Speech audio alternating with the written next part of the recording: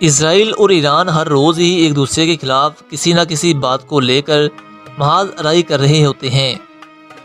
ایران مسلم دنیا میں وہ واحد ملک ہے جو کہ اسرائیل کا سرکاری سطح پر خاتمہ چاہتا ہے۔ ایسا نہیں ہے کہ اسرائیل اور ایران دونوں ہی صدیوں سے دشمن تھے۔ یہ دونوں ملک کچھ دہائیوں پہلے ہی ایک دوسرے کی دشمنی میں مول لے چکے ہیں اور یہ دونوں ہی مڈل ایسٹ میں آپس میں پراکسی وار کر رہے ہیں۔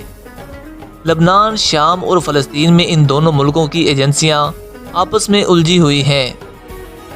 ایران کے نیوکلیئر پروگرام پر کچھ ہفتے پہلے ایک اٹیک ہوا تھا جس کے تانے بانے اسرائیل سے مل رہے تھے، لیکن اسرائیل نے اس کا اعتراف نہیں تھا کیا کہ یہ اٹیک اس نے کیا ہے۔ لیکن ایران کا یہ دعویٰ تھا کہ یہ اٹیک اسرائیلی خفیہ ایجنسی موساد نے کیا ہے اور ایران نے اس کا بدلہ لینے کا بھی اعلان کر دیا تھا۔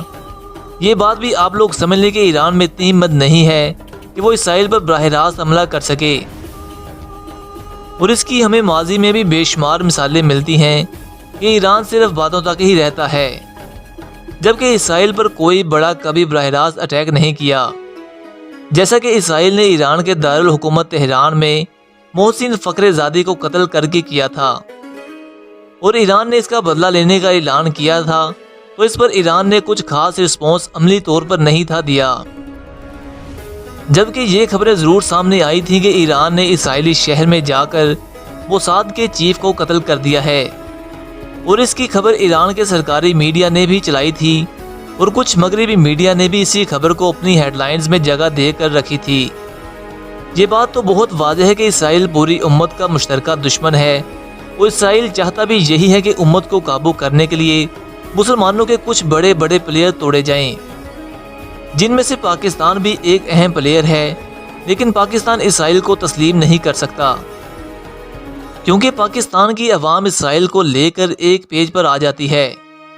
آپس میں بے شک جتنے بھی سیاسی اختلافات کیوں نہ ہوں، لیکن اسرائیل کے معاملے پر پاکستان کی عوام بالکل کلیئر اور دو ٹوک موقف رکھتی ہے کہ ہم اسرائیل کو تسلیم نہیں کریں گے۔ اب اسرائیل میں بھی ایک بہت ہی بڑا نیوکلیئر اٹیک ہوا ہے جس نے پورے میڈل ایسٹ کو ایک دفعہ اپنی طرف متوجہ کر لیا ہے۔ اسرائیل کا کہنا ہے کہ ڈیمونا نیوکلیئر ری ایکٹر کے قریب ایک میزائل گرنے پر اس نے جوابی کارروائی کرتے ہوئے شامی اہداف کو نشانہ بنایا ہے۔ یہ پیش رفت ایسے وقت میں ہوئی ہے جب اسرائیل اور ایران کے درمیان کشیدگی اپنے عروج پر ہے۔ اسرائیلی فوج نے جمعرات کے روز کہا کہ پڑوسی ملک شام سے اس پر ایک میزائل داغا گیا تھا اور اس نے جوابی کارروائی کرتے ہوئے شامی اہداف کو میزائلوں کا نشانہ بنایا ہے۔ اس سے پہلے اسرائیل کے ڈیمونا قصبے کی فضا سائرن کی آوازوں سے گونج اٹھی جو کسی ممکنہ حملے کا اشارہ تھا۔ اسی قصبے میں اسرائیل کا ایک نیوکلیئر ری ایکٹر پروگرام بھی چل رہا ہے۔ قومی میڈیا نے بھی وسطی اسرائیل میں سائرن کی تیز آوازوں کی اطلاع دی ہے۔ یہ واقعہ ایسے وقت میں ہوا ہے جب اسرائیل اور ایران کے درمیان کشیدگی عروج پر پہنچ چکی ہے۔ اسرائیلی فوج کے ایک ترجمان نے کہا کہ جنوبی اسرائیل میں فضا سے فضا میں داغا گیا ایک میزائل دھماکے کے ساتھ پھٹ گیا، تاہم کسی جانی یا مالی نقصان کا سامنا نہیں کرنا پڑا۔ یہ SA-5 میزائل تھا اور نیوکلیئر ری ایکٹر کو نشانہ بنانے میں کامیاب نہیں ہو سکا۔ شام کی سرکاری خبرساں ایجنسی SANA نے کہا کہ شامی فضائیہ نے اسرائیلی حملے کو فضا میں ہی ناکارہ بنا دیا ہے۔ ایئر ڈیفنس نے راکٹوں کو فضا میں ہی روک لیا اور ان میں بیشتر کو گرا دیا۔ ڈیمونا سے چند کلومیٹر کے فاصلے پر واقع گاؤں ابو کرینات میں فضا سائرن کی آوازوں سے گونج اٹھی۔ نجیب کے اسی ریگستانی قصبے میں اسرائیل کا نیوکلیئر ری ایکٹر واقع ہے۔ خفیہ طور پر کام کرنے والے ڈیمونا نیوکلیئر ری ایکٹر کے بارے میں کہا جاتا ہے کہ یہ اسرائیل کے غیر اعلانیہ نیوکلیائی ہتھیاروں کے پروگرام کا مرکز ہے۔ ایران اپنے جوہری پروگرام کو نشانہ بنانے کے متعدد واقعات کے لیے اسرائیل کو مورد الزام ٹھہرا چکا ہے۔ اسرائیل جوہری معاہدہ بحال کرنے کی امریکی کوششوں کی مخالفت کر رہا ہے۔ ایران کا کہنا ہے کہ اس کا جوہری پروگرام صرف پرامن مقاصد کے لیے ہے اور بین الاقوامی برادری کو ڈیمونا ری ایکٹر کا جائزہ لینا چاہیے۔ اسرائیلی وزیر اعظم بنجامن نیتن یاہو نے کہا ہے کہ اسرائیل ایران کو جوہری ہتھیاروں کی صلاحیت حاصل کرنے کی اجازت نہیں دے گا، اور اس کے دفاعی عہدیداروں نے یہ بات تسلیم کی ہے کہ تل ابیب ایرانی ہدف کو ممکنہ نشانہ بنانے کی تیاری کر رہا ہے۔ ایران کی روزنامہ کیہان میں گزشتہ ہفتے شائع ایک مضمون میں ایرانی تجزیہ کار سعد اللہ زارع نے نتنز پر حملے کے جواب میں اسرائیل کے ڈیمونا ری ایکٹر کو نشانہ بنانے کا مشورہ دیا تھا۔ زارعی نے اپنے مضمون میں آنکھ کے بدلے آنکھ کے اصول کا حوالہ دیا تھا۔ انہوں نے لکھا تھا ڈیمونا میں نیوکلیئر تنصیب کے خلاف کارروائی کی جانی چاہیے، کیونکہ نتنز کے واقعے کے جواب کے اس سے کچھ بھی کم مناسب نہیں ہے۔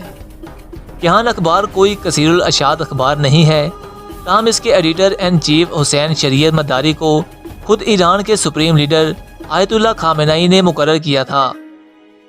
وہ ماضی میں خامنہئی کے مشیر بھی رہ چکے ہیں۔ مغربی ایشیا میں ایٹم بم رکھنے والے واحد حکومت اسرائیل کی پہلے سے ہی خفیہ سرگرمیوں کے لیے مشہور ڈیمونا ایٹمی تنصیبات میں نئی سرگرمیوں کا انکشاف ہوا ہے۔ IPFM نے کمرشل سیٹلائٹ تصاویر جاری کی تھیں، جس کے حوالے سے رپورٹ دی ہے کہ ڈیمونا تنصیبات میں نئی تعمیراتی سرگرمیاں جاری ہیں۔ IPFM 17 ممالک کے ایٹمی ماہرین کی آزاد تنظیم ہے۔ ڈیمونا میں جس جگہ پر تعمیراتی سرگرمیاں جاری ہیں وہ جگہ ایٹمی ری ایکٹر ری پروسیسنگ پلانٹ کے نزدیک ہے۔ IPFM نے اپنی ویب سائٹ پر کہا کہ تعمیراتی سرگرمیاں بڑھ گئی ہیں اور سائٹ پر تعمیرات میں استعمال ہونے والی گاڑیوں کے ساتھ بہت تیزی سے کام جاری ہے، جو کہ واضح طور پر نظر آ رہا ہے۔ تاہم ان سرگرمیوں کا ہدف ابھی واضح نہیں ہے۔ واضح رہے کہ اسرائیل اپنی ایٹمی سرگرمیوں کو خفیہ طور پر جاری رکھے ہوئے ہے اور وہ NPT کا رکن بھی نہیں ہے۔ اسرائیل کے معاملے پر امریکہ بالکل خاموش نظر آتا ہے، کیونکہ امریکہ اور اسرائیل دونوں ہی ایک ہی سکے کے دو رخ ہیں۔ اگر امریکہ سپر پاور ہے تو پھر وہ اس کی تحقیقات کروائے کہ اسرائیل خفیہ ایٹمی پلانٹ چلا رہا ہے، جبکہ یہی امریکہ عراق میں صدام حسین پر الزام لگا کر وہ خفیہ پلانٹ چلا رہا ہے تو اس کے ملک میں ٹوٹ پڑے تھے، جبکہ اسرائیل پر یہ لوگ نظر ہی نہیں دوڑاتے۔ ایسا ہی اگر پاکستان میں ہوتا تو پورے مغرب، اسرائیل اور امریکہ نے ایک پیج پر آ جانا تھا اور پاکستان کو ان لوگوں نے آڑے ہاتھوں لے لینا تھا۔ لیکن ہماری پوری امت کی ہی یہ بدقسمتی ہے کہ ہم ایک ایک کر کے انہی طاقتوں سے مار کھا رہے ہیں، جبکہ ہمارے پاس بہترین جغرافیہ، فوج، ہتھیار اور تیل جیسی دولت ہے، لیکن پھر بھی انہی سے ہی بھیک مانگ رہے ہیں۔ ایران اور اسرائیل دونوں ہی آپس میں ایک دوسرے کو بے وقوف بنا رہی ہیں، اور یہ دونوں کبھی بھی مجھے مستقبل قریب میں لڑتے ہوئے نظر نہیں آ رہے۔ ایران کے پاس وہ ٹیکنالوجی نہیں ہے کہ وہ اسرائیل پر اٹیک کر سکے، کیونکہ ایران پر معاشی پابندیاں ہونے کی وجہ سے جدید ٹیکنالوجی کو باہر سے خریدنا مشکل ہے۔ ایران کے زیادہ تر میزائل پرانی ٹیکنالوجی کے ہی ہیں، اس لیے ایران کبھی بھی اسرائیل پر اٹیک براہ راست نہیں کر سکتا۔ جی تو پیارے دوستو، آپ لوگوں کا اس ویڈیو کے بارے میں کیا کہنا ہے؟ اپنی قیمتی رائے کا اظہار ہمیں کمنٹس باکس میں ضرور کریں۔